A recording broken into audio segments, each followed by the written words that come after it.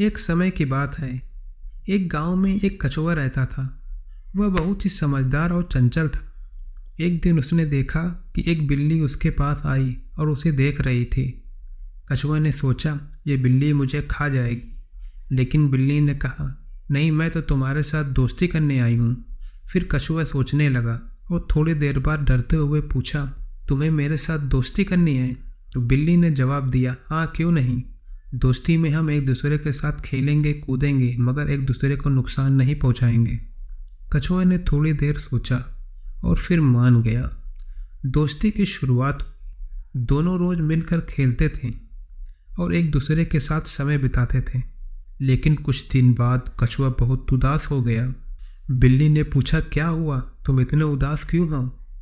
कछुआ ने कहा, मेरे घर के पास एक बड़ा कुत्तों का झुंड है जो मुझे रोज परेशान करते हैं। मुझे डर है कहीं वो मुझे मार के खा न जाए। बिल्ली ने कहा, डरो मत, मैं तुम्हें बचाने के लिए यही हूँ। हम दोनों मिल के उनसे लड़ेंगे। कछुआ को थोड़ी हिम्मत मिली। अगले दिन जब कुत्तों का झुंड कछुआ के पास आया तो बिल्ली ने उन पर हमला कर दिया। उसने ज़ोर ज़ोर से गुर्राना शुरू किया, जिससे कुत्ता डर के मारे भागने लगे। कछुआ ने देखा कि बिल्ली कितनी हिम्मत से लड़ रही है।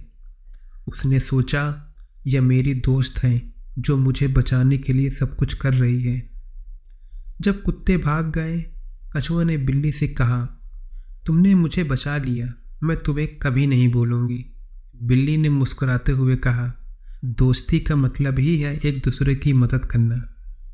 उस दिन के बाद कछुआ और बिल्ली की दोस्ती और भी गहरी हो गई।